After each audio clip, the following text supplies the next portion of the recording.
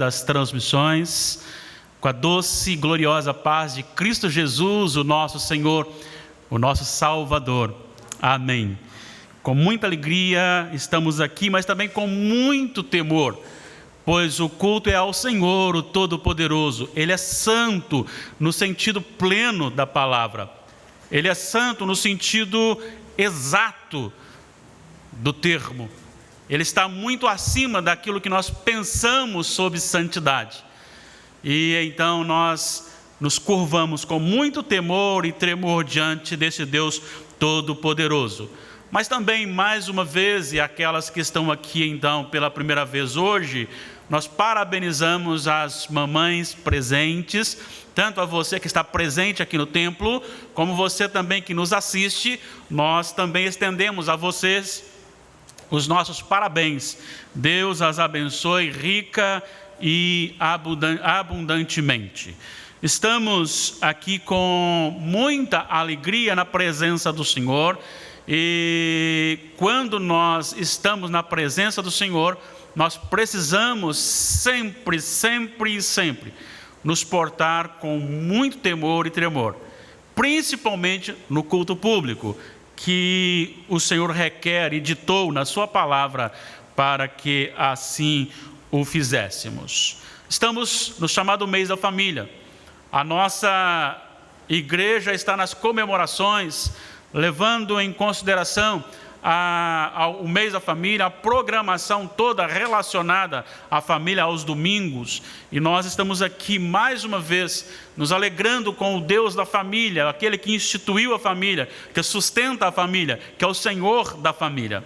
Muito embora o mundo se levante contra, mas contra aquilo que o Senhor determinou, não há força que possa derrotar. Então a família será mantida, com certeza, para a glória do nosso Deus. Mas como hoje também é dia das mães, então nós vamos falar um pouquinho relacionado à família e levando em consideração uma mãe, ou que se tornou uma mãe. 1 Samuel 1 a 20, depois 27 e 28. Repetindo, primeiro livro de Samuel, capítulo 1, versículos de 1 a 20, depois o versículo 27 e o versículo 28. Assim está escrito: houve um homem de Ramataim Zofim, da região montanhosa de Efraim, cujo nome era Eucana, filho de Jeroão, filho de Eliú, filho de Tou, filho de Zufi, efraimita. Tinha ele duas mulheres, uma se chamava Ana e a outra Penina. Penina tinha filhos, Ana, porém, não os tinha. Este homem subia da sua cidade de ano em ano a adorar e a sacrificar ao Senhor dos Exércitos em Siló. Estavam ali os dois filhos de Eli, Hofni e Finéias, como sacerdotes do Senhor. No dia em que Eucana oferecia o seu sacrifício, dava a ele porções deste a Penina, sua mulher, e a todos os seus filhos e filhas. A Ana, porém, dava porção dupla, porque ele a amava, ainda mesmo que o Senhor a houvesse deixado estéril. A sua rival a provocava excessivamente para a irritar, porquanto o Senhor lhe havia cerrado a madre. E assim o fazia ele de ano em ano. E todas as vezes que Ana subia à casa do Senhor, a outra a irritava, pelo que chorava e não comia. Então Eucana, seu marido, lhe disse: Ana, por que choras? E por que não comes? E por que estás de coração triste? Não te sou eu melhor do que 10 filhos? Após terem comido e bebido em Siló, estando Eli, o sacerdote, assentado numa cadeira junto a um pilar do templo do Senhor, levantou-se Ana e com amargura de alma orou ao Senhor e chorou abundantemente. E fez um voto dizendo: Senhor dos exércitos, se benignamente atentares para a aflição da tua serva, e de mim te lembrares, e da tua serva te não esqueceres, e lhe deres um filho varão, ao Senhor o darei, por todos os dias da sua vida, e sobre a sua cabeça não passará navalha. Demorando-se ela no orar perante o Senhor, passou Eli a observar-lhe o movimento dos lábios, porquanto Ana só no coração falava. Seus lábios se moviam, porém não se lhe ouvia voz nenhuma. Por isso Eli a teve, porém, embriagada, e lhe disse: até quando estarás tu embriagada? Aparta de ti este vinho. Porém Ana respondeu: não, Senhor meu, eu sou mulher atribulada de espírito, não bebi nem vinho, nem bebida forte, porém venho derramando a minha alma perante o Senhor. Não tenhas, pois, a tua serva por filha de Belial, porque pelo excesso de minha ansiedade, da minha aflição, é que tenho falado até agora. Então lhe respondeu Eli: vai-te em paz, e o Deus de Israel te conceda a petição que lhe fizeste. E disse ela: ache a tua serva mercê diante de ti. Assim a mulher se foi seu caminho e comeu, e o seu semblante já não era triste. Levantaram-se de madrugada e adoraram perante o Senhor, e voltaram. E chegando à sua casa, a Ramá, Eucana coabitou com Ana, sua mulher, e lembrando-se dela o Senhor, ela concebeu, e passado o dia, ou devido tempo, teve um filho, a que chamou Samuel, pois dizia: do Senhor o pedi. Versículos 27 e 28. Por este menino orava eu, e o Senhor me concedeu a petição que eu lhe fizera, pelo que também o trago como devolvido ao Senhor, por todos os dias que viver, pois do Senhor o pedi, e eles adoraram ali o Senhor. Vamos orar mais uma vez? Santíssimo Deus, esta é a tua palavra. Essa história faz parte das ordenanças registradas pelo Senhor.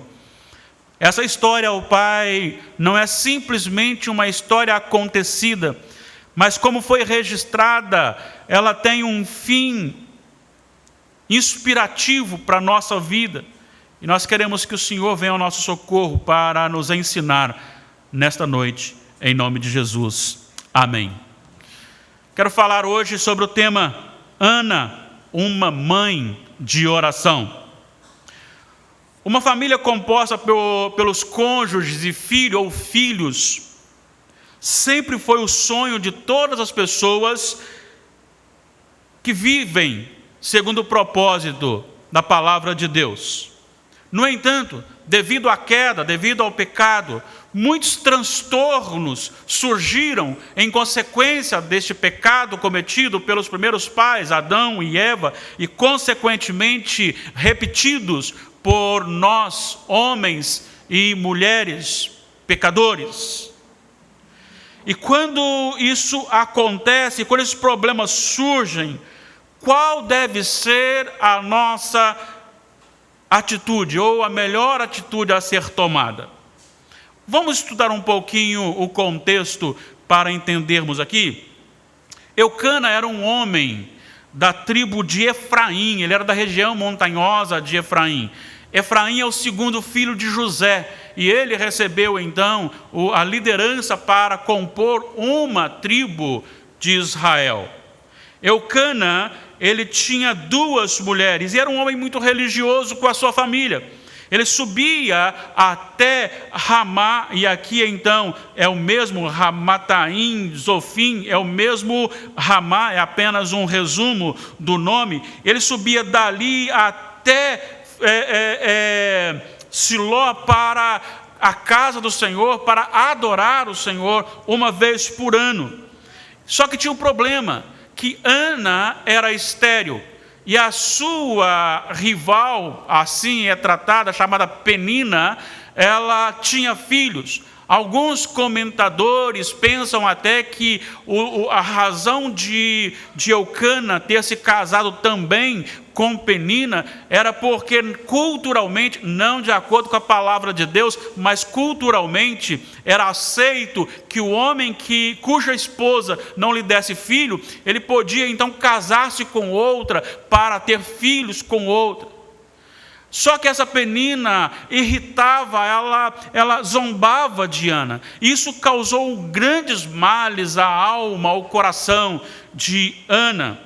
E ela, com o coração muito pesaroso, muito triste, ouviu uma fala do seu esposo que a amava. E o texto chega a dizer, diante da cultura, apesar dela não lhe dar filho, mas ele a amava. E ele chega a dizer que o amor dele para com ela era superior e melhor ao amor de 10 filhos. Tal era o amor que tinha por ela. Mas lhe faltava alguma coisa. Faltava alguma coisa porque eram mulheres que tinham entendido o propósito de Deus para a vida. E ser mãe é um dos sublimes propósitos de Deus. E diante disso, então, com o coração totalmente transtornado, com a alma amargurada, ela tomou uma decisão. E a decisão que Ana tomou mudou não só a história da sua vida, como a história da sua família, como a história de todo Israel e a nossa história hoje aqui. O Senhor lhe deu um filho, ela colocou o nome de Samuel. E Samuel, ele é carrega um tipo de Cristo devido às suas funções. Porque ele foi consagrado ao Senhor como se fosse um sacerdote, sendo então um sacerdote. Ele também foi um profeta, e ele foi o último dos juízes. E é bom lembrar que este contexto da oração de Ana acontece num momento muito triste da história de Israel, considerado por muitos como o pior momento espiritual de Israel. Vamos lembrar que Eli e os seus 2 filhos estavam afundados nas práticas pecaminosas. Os filhos, por se prostituírem e desobedecerem ao Senhor, serem mal vistos e mal falados. Eli, por ser conivente com tudo isto.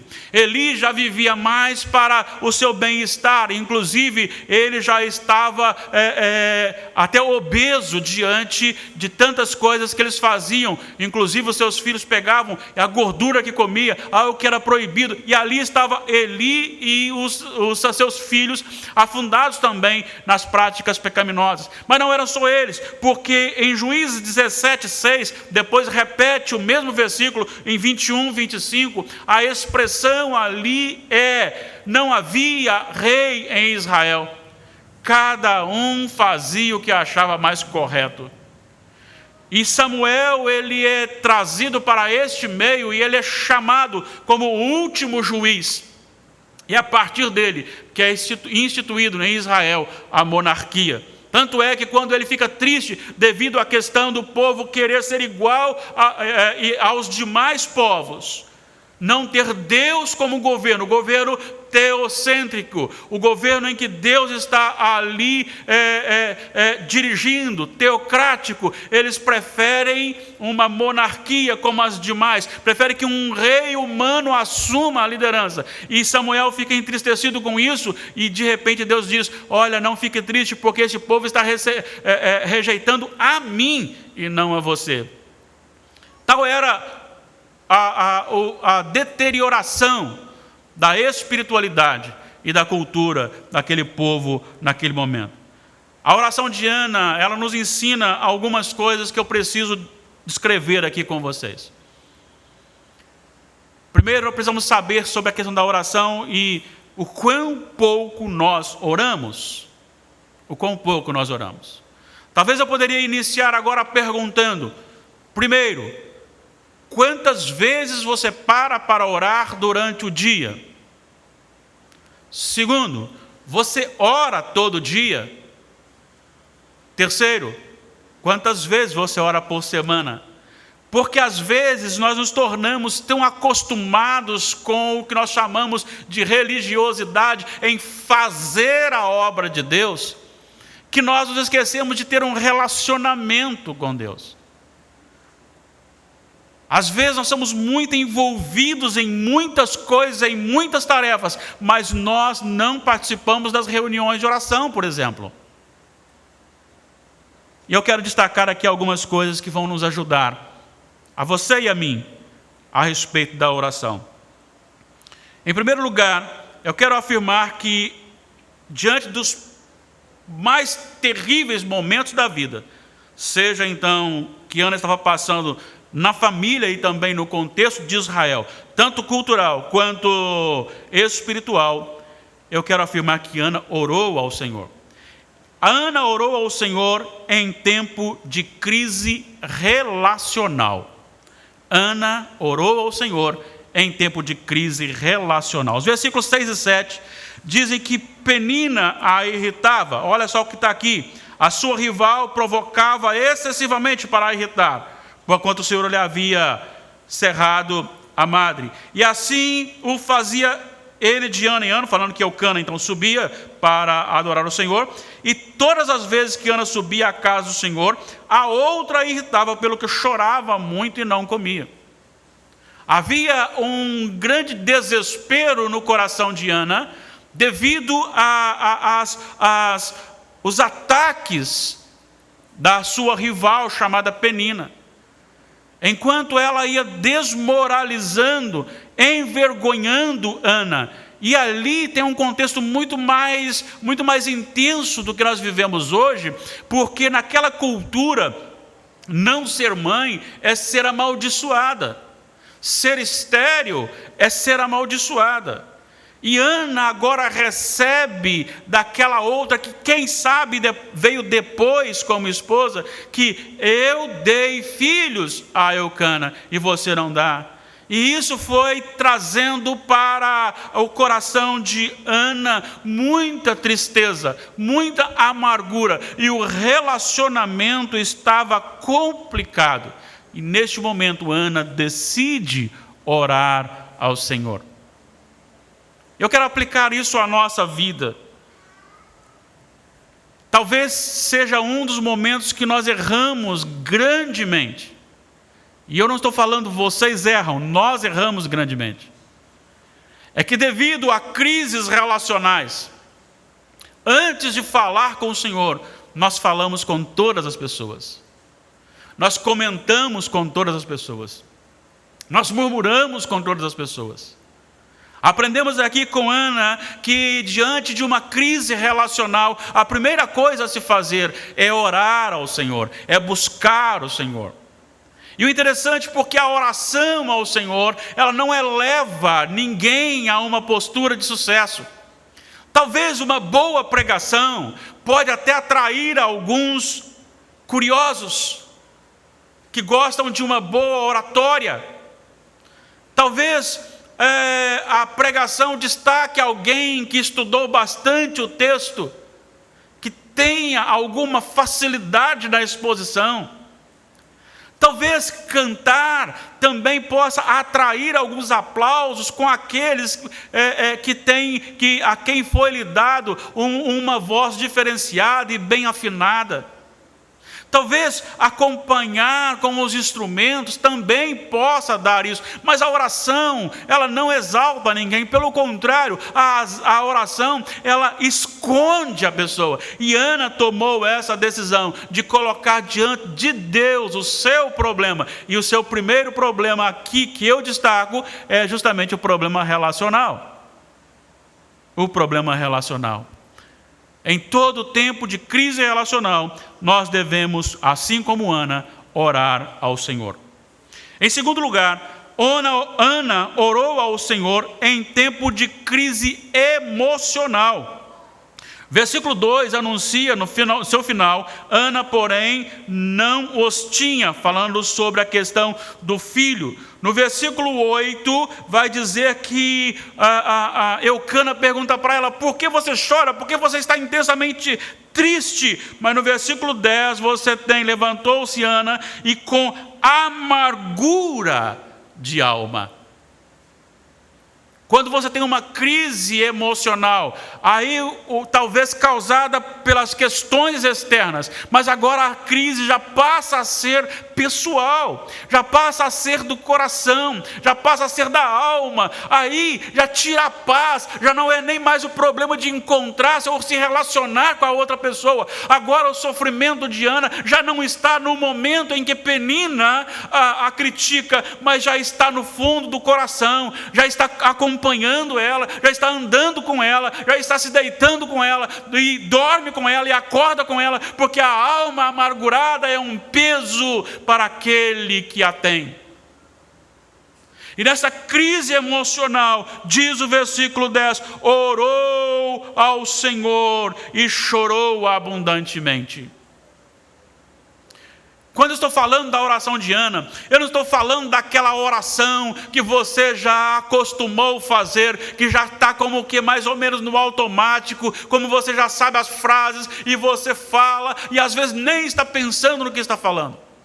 Eu estou falando desta oração que vai no mais profundo, desta oração que arranca lágrimas, porque diz o texto que ela chorou abundantemente enquanto orava ao Senhor. Aqui não está dizendo o que ela colocou diante de Deus. Sabe, irmãos, eu continuo achando que o trono de Deus ainda é o melhor lugar para você abrir o coração. Temos profissionais que nos ajudam? Temos, mas eles são insuficientes. Eles podem apenas tratar o ego. O Senhor é aquele que pode tratar o coração, que pode tratar a alma. E nós precisamos aprender a não nos deitarmos no divã daquele que vai nos orientar como um profissional, mas nos quedarmos aos pés do nosso Senhor, que é capaz de mudar e transformar a nossa vida e contar-lhes as angústias da nossa alma. E é muito importante isso, porque o nosso Deus, Ele é maravilhoso. O nosso Deus, Ele não dará dicas para você maltratar outras pessoas. O nosso Deus não dará dicas para você pensar que você é melhor do que os outros, porque Deus não trata o nosso coração elevando o nosso pecado, mas Deus restaura a alma. O Senhor, Ele alivia o peso, porque a partir do momento que nós oramos, nós lançamos sobre Ele toda a nossa angústia. Então, se você está com o coração aflito, se você está com a alma angustiada, antes mesmo de pedir ajuda a qualquer outra pessoa, derrame a sua alma, derrame o seu coração diante do trono do Senhor, assim como Ana fez na crise relacional, que gerou uma crise emocional. Ela orou ao Senhor. Em terceiro lugar, Ana orou ao Senhor com gemido de sua alma. Preste atenção, como nós já lemos no versículo 10, levantou-se Ana e com amargura de alma orou ao Senhor e chorou abundantemente. Mas nós temos também nos versículos 12 em diante, até o versículo 16, a seguinte expressão: demorando-se ela no orar perante o Senhor, passou Eli a observar os movimentos dos lábios, porquanto Ana só no coração falava, seus lábios se moviam, porém não se lhe ouvia voz nenhuma. Por isso Eli a teve por embriagada e lhe disse: até quando estarás tu embriagada? Aparta de ti este vinho. Porém Ana respondeu: não, Senhor meu, eu sou mulher atribulada de espírito. Não bebi nem vinho, nem bebida forte, porém venho derramando a minha alma na presença ou perante o Senhor. Não tenhas, pois, a tua serva por filha de Belial, porque pelo excesso da minha ansiedade e da minha aflição é que tenho falado até agora. Ana não mediu o tempo. Ana não se perturbou ou preocupou em ter que ir para casa, arrumar casa, ou se preparar, ou cuidar de alguma coisa. Mas ela se gastou na presença de Deus. Ela falou com a sua alma, ela falou com o seu coração, ela falou o que estava ali dentro. Talvez ela tenha confessado, talvez ela tenha suplicado, mas ela estava ali na presença do Senhor e era vívida a sua oração, verdadeira a sua oração, a ponto de fluir lágrimas da sua alma através dos seus olhos. E ela disse: não, eu não sou filha de Belial, mas eu estou me derramando na presença de Deus. Deixa eu fazer uma pergunta: qual foi a última vez que você orou derramando a sua alma de verdade na presença do Senhor? Qual foi a última vez que você abriu realmente o seu coração de forma intensa na presença do Senhor em oração? Qual foi o tempo que você realmente deixou que, às vezes, nem mesmo a palavra saía da sua boca, mas o gemido da sua alma adentrou o coração do Todo-Poderoso e Ele soberanamente ouviu? Qual foi o tempo que você gastou para ficar um tempo, você e Deus, sozinho ou sozinha? E ali você abriu o seu coração com todo o seu ser na presença do Senhor. Qual foi esse dia? Desde quando você não ora dessa forma? Será que nós precisamos resgatar isso? Diante de tudo que nós passamos na vida, nós não podemos e não devemos realmente orar com a nossa alma diante do Senhor? Ousa fazer e sem tomado conta da nossa vida. Em quarto lugar, além de Ana ter orado em crise relacional que evidenciou e trouxe a emocional, ela ter orado com o gemido da sua alma, Ana orou a Deus consagrando a resposta da sua oração. Isso aqui eu quero destacar, porque está no versículo 11, e assim está escrito, e fez um voto dizendo: Senhor dos exércitos, se benignamente atentares para a aflição da tua serva, e de mim te lembrares, e da tua serva te não esqueceres, e lhe deres um filho varão, ao Senhor o darei por todos os dias da sua vida, e sobre a sua cabeça não passará navalha.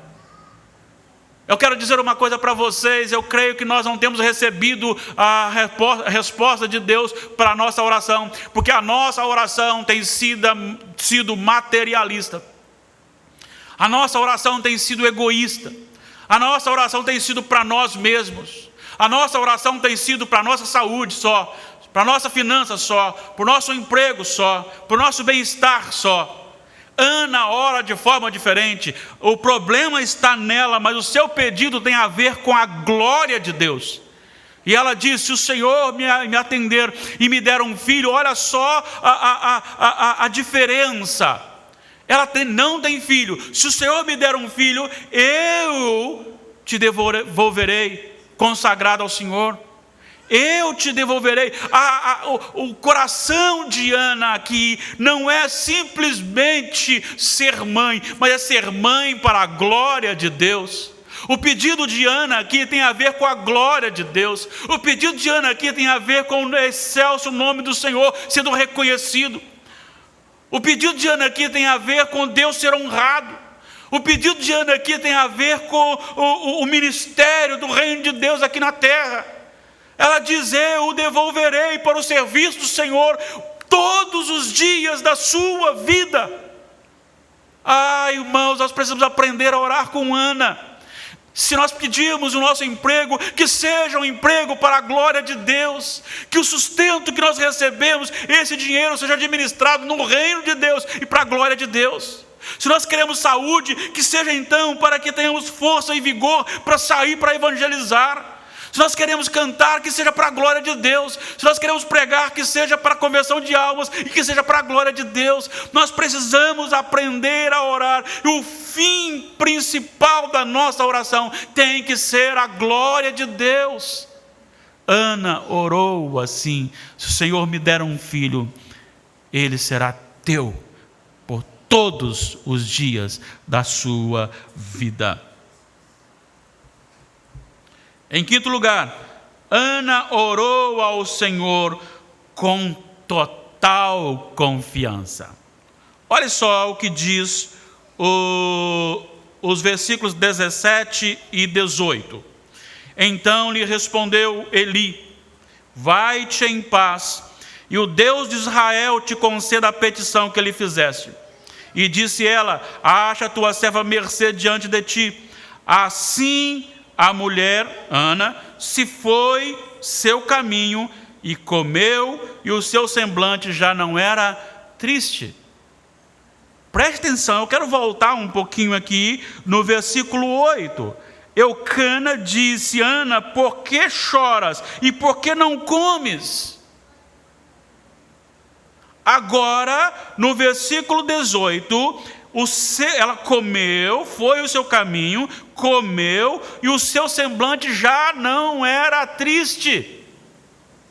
Ah, quantas vezes nós temos orado, mas nós não confiamos no Senhor. Nós temos orado, mas carregamos ainda a amargura, carregamos ainda o temor. Nós duvidamos da ação de Deus e queremos que Deus faça na nossa hora e do nosso jeito. E Deus é soberano para conduzir a história e responder do tempo que Ele quer, do jeito que Ele quer e para a glória dEle somente. Ana creu nisso porque a oração, o momento que ela passou na presença do Senhor foi suficiente para que aquele peso, aquela amargura, aquela tristeza, o choro, a ausência da fome, tudo isso fosse mudado, o seu coração fosse mudado, e isso antes mesmo dela saber se Deus atenderia ou não o seu pedido. Mas uma coisa é certa, ela já estava livre daquela angústia, ela já estava livre daquela tristeza, ela já estava livre daquela dependência, da opressão de Penina, porque agora o Senhor já havia transformado o seu coração antes mesmo de lhe dar a bênção do filho. Precisamos também fazer isso. Precisamos orar e confiar que Deus cuidará e descansar no Senhor. Precisamos ser audaciosos, humildemente, no contexto de, apesar de tudo o que nos cerca, apesar das impossibilidades, nós precisamos colocar o nosso medo, a nossa angústia, o nosso temor, a nossa tristeza, tudo diante do Senhor. E uma vez que foi colocado diante do Senhor, nós precisamos mudar de postura. Não podemos continuar murmurando, não podemos continuar amargurados, porque nós apresentamos diante do Todo-Poderoso tudo aquilo que nos está afetando.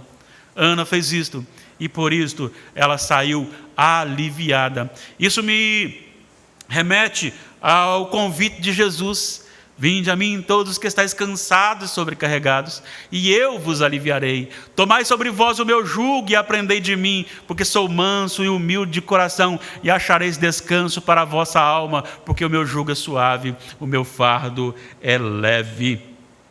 Precisamos fazer isso, ir diante do Senhor, colocar o fardo diante do Senhor e deixar ali esse fardo, sabendo que o Senhor o conduzirá por nós.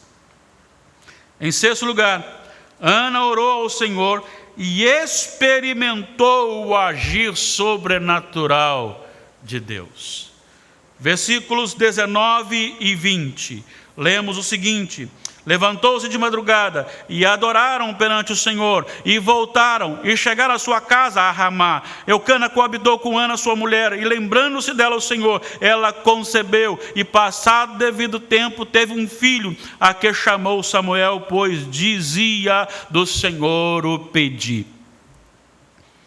Existem muitas bênçãos que nós não recebemos, primeiro porque nós não pedimos, segundo, porque nós pedimos mal, não para a glória de Deus. Tiago fala isso. Mas quando nós pedimos para a glória de Deus, pode saber que Deus recompensa a nossa oração. Talvez Ele não vai atender aquilo que nós pedimos e como nós pedimos, mas a palavra de Deus nos promete, Jesus nos prometeu, o autor aos Hebreus também, como boca de Deus, nos prometeu, que Deus recompensa a todo aquele que o busca, a todo aquele que ora. Entra no teu quarto, fechada a porta, orarás ao Senhor que está em secreto, e o teu Pai que te vê em secreto te recompensará. O autor aos Hebreus, capítulo 11, versículo 6, diz que Deus se torna galardoador, ou seja, recompensador de todos aqueles que o buscam. Saiba de uma coisa: sua oração não é perdida em momento algum, mas você precisa crer para você experimentar o sobrenatural de Deus na sua vida, porque às vezes o sobrenatural de Deus será muito melhor do que aquilo que você pediu. Aqui no caso, o Senhor a atendeu do jeito que ela pediu, e lhe deu um homem, um varão, para que ela pudesse cumprir o seu voto. Aprenda a descansar no Senhor e a experimentar do Senhor os feitos. Aprenda a buscar o Senhor e receber do Senhor a recompensa. E peça ao Senhor para que você identifique a bênção do Senhor na sua vida. Mas lembre-se, Ana, depois que ela orou, ela já foi com o seu coração aliviado, a sua alma aliviada. Temos que crer. Temos que crer. E finalmente, Ana orou, creu, agiu e consagrou o seu filho ao serviço do Senhor. Versículos 27 e 28. Por este menino orava eu, e o Senhor me concedeu a petição que eu lhe fizera. Pelo que também o trago como devolvido ao Senhor, por todos os dias que viver, pois do Senhor o pedi. E eles adoraram ali o Senhor. Hoje existem muitos pais que estão chorando a deficiência espiritual dos filhos. Talvez precisamos voltar agora para Ana, porque Ana fez uma coisa extraordinária. Ana sabia que o filho longe dela, na casa do Senhor, era mais importante do que perto dela e longe do Senhor. Ela o consagrou. Eu o trago como devolvido. Eu o apresento.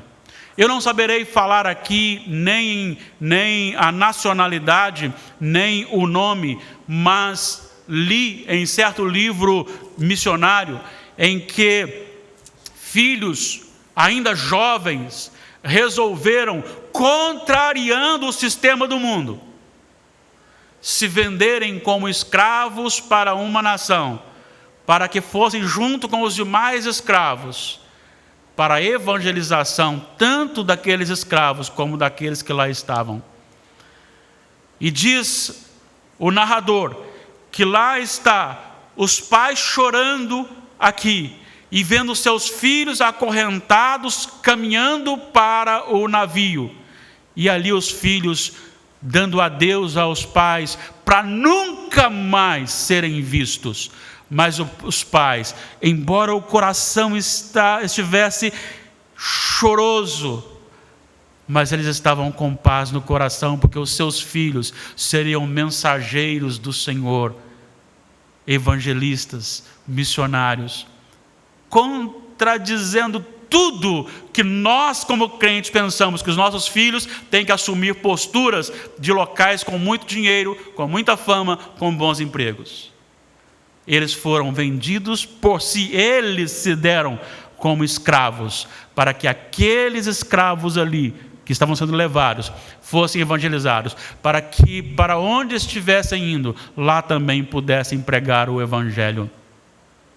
Conheço de vídeo e de pregação um homem, e ele disse que se o filho dele saísse para os rincões e lá fosse executado por causa de Jesus, e ele o pudesse buscar, ele o buscaria com lágrimas, mas o buscaria com grande paz no coração, porque o seu filho morreu numa causa verdadeiramente positiva. Sabe qual é o nosso problema? Achamos que os filhos são nossos. Sabe qual é o nosso problema? Nós queremos filhos bem vistos na sociedade. Nós queremos filhos bem formados. Isso não é errado, mas isso não pode assumir o primeiro lugar da nossa vida. A nossa família precisa ser consagrada ao Senhor. Nós precisamos consagrar os nossos filhos ao Senhor. Ana consagrou. Ana disse: olha, eu ficarei sem o meu filho, poderei vê-lo uma vez por ano, é o tempo que eu vou lá, mas não importa, eu quero que ele sirva ao Senhor, eu vou cumprir o meu voto, eu estou consagrando ao Senhor o meu filho, e estou devolvendo ao Senhor, porque ele pertence ao Senhor, herança do Senhor são os filhos. Ah, irmãos, se todos nós fizéssemos como Ana, consagrássemos, quem sabe hoje é um dia de você pegar o seu filho, se você ainda não fez, chegar na sua casa à noite, você marido como líder espiritual, você esposa como cooperadora idônea, chegarem, ajoelharem diante do Senhor nosso Deus com o seu filho e dizer: Senhor, neste momento consagro o meu filho ao Senhor. Saiba que isso tem um preço, porque o Senhor poderá levá-lo para bem longe, como um missionário. O Senhor poderá tirá-lo de você e levar para um local em que você não terá acesso a ele. Mas pelo menos ele viverá para a glória de Deus. E ninguém poderá tocá-lo, a não ser que Deus o permita. Os nossos filhos estão doentes espiritualmente, não aguentam a faculdade, vão para a faculdade e se misturam com a imoralidade espiritual, porque falta em nós a responsabilidade tanto de testemunhar como de consagrar os nossos filhos ao Senhor. Ana fez isto juntamente com Eucana. Quem foi Samuel? Samuel foi o grande homem do Senhor. Samuel foi aquele que viveu como um sacerdote, como já dissemos. Foi aquele que julgava Israel, a ponto de chegar ao final da sua vida e dizer o seguinte: olhem para o meu ministério. Quando foi que eu errei com vocês? Digam-me, e eu devolvo tudo. E o povo se inclina e diz: não temos nada para falar contra o Senhor. Porque foi um grande homem de Deus. Porque a sua mãe e o seu pai o consagraram ao serviço do Senhor. Certamente em todas as famílias presentes, aqui no templo e as demais, enfrentam algum tipo de problema. Alguns com problemas maiores, outros menores, ou em tempos diferentes, problemas mais intensos ou menos intensificados. Diante disto, o que fazer? Como Ana, nós precisamos, ainda que todas as coisas, ainda que todas as circunstâncias estejam contra nós, nós precisamos orar ao Senhor. Ana tinha o seu problema de esterilidade, Ana tinha Penina zombando dela, e Ana tinha o sacerdote a repreendendo, achando que ela estava embriagada. Mas ela se manteve em oração. Ore ao Senhor com toda a sua alma, com todo o seu coração. Não repita aquela oração já acostumada. E se sua mente der uma fugida, peça perdão ao Senhor, retorne onde você parou e comece a oração novamente. Mas ore com o seu coração. Ore ao Senhor e descanse o seu coração, mesmo sabendo que às vezes o resultado não será aquele que você está pedindo. Mas saiba que haverá resultado. Mas descanse no Senhor. Ele é todo poderoso. Ele é o Senhor da história. Ele endureceu o coração de Faraó e ele amoleceu o coração de Faraó. Ele atravessou um povo num braço de mar e naquele mesmo lugar, para que depois alguém não falasse que foi só algo da natureza, ele matou o exército logo em seguida. Ele é aquele que fez sair água da rocha. É o que fez cair comida do céu. O que enviou carne para o povo. É o que puniu o povo também. É o que conduziu o povo 40 anos e as sandálias não se gastaram, as roupas não envelheceram. É aquele que fez com que um pequeno exército derrotasse exércitos gigantescos. Em determinado momento é aquele que fez que nem lutassem, apenas gritassem com 300 homens, um homem mais 300, e de repente todo um exército gigantesco é derrotado por si só. É aquele que fez cair pedras gigantescas do céu para matar o inimigo. É aquele que cumpriu cabalmente a sua promessa enviando Jesus Cristo. E é aquele que amoleceu o seu coração para que você o confessasse como Senhor e Salvador. É o que tem toda a história. É aquele que faz nascer, que faz viver, que faz morrer, que ressuscita também e que depois faz morrer de novo. Então abra o seu coração e descanse. Coloque o seu problema, chore diante do Senhor, mas saiba que Deus tem o controle e que Ele agirá e que Ele lhe conduzirá. Saiba que o resultado virá. Ore por bênção que glorifica ao Senhor. Se você quer um emprego melhor, desde que seja com a motivação de que o que você ganhar será para a glória de Deus, que o seu relacionamento no emprego será para a glória de Deus. Mas se Deus falar com você também que você precisa ser um gari para evangelizar, saiba que é igual um médico. Não existe diferença. Para nós existe, mas para o Senhor não. E eu prefiro aquele que está num emprego que é mal visto pela sociedade, mas de acordo com a vontade de Deus, do que aquele que está num emprego bem visto pela sociedade, longe de Deus. Seja um missionário no lugar que Deus lhe colocar. Que tudo na sua vida glorifique ao Senhor. Eu não creio ser pecado você orar para que você tenha dinheiro, desde que você tenha um propósito de fazer com que aqueles povos não alcançados recebam a mensagem através de um missionário que você vai sustentar. Eu não tenho problema quando você ora para que Deus lhe dê mais dinheiro, para que esse dinheiro seja usado para compras de Bíblia e a evangelização de pessoas que precisam ter uma Bíblia, a palavra de Deus. Não tenho dificuldade de ver você pedir um carro melhor ou maior, desde que o seu carro seja usado no reino de Deus e para a glória de Deus. Mas que isso não seja pedido para você mesmo, que seja para a glória de Deus. A Ana pediu para a glória de Deus. Consagre a sua família, o seu filho, e consagre tudo que você tem ao Senhor. Um amigo meu disse uma fala que eu gostei muito. Muitas pessoas pensam que a responsabilidade do servo de Deus é entregar e devolver o dízimo, e aí acabou com o Senhor. Devolvo 10%, dou uma ofertinha, o resto eu gasto de qualquer maneira. Não. Daremos conta no final dos 10% e também dos 90% da maneira que nós administramos. Então, consagre toda a sua vida, a começar na sua vida, seu cônjuge, seus filhos e todos os seus bens ao Senhor. Viva para a glória de Deus. Quando nós entendermos a diferenciação daquele que vive no Senhor, algo novo acontecerá. Certamente algo novo acontecerá. Deus abençoe a você e a mim.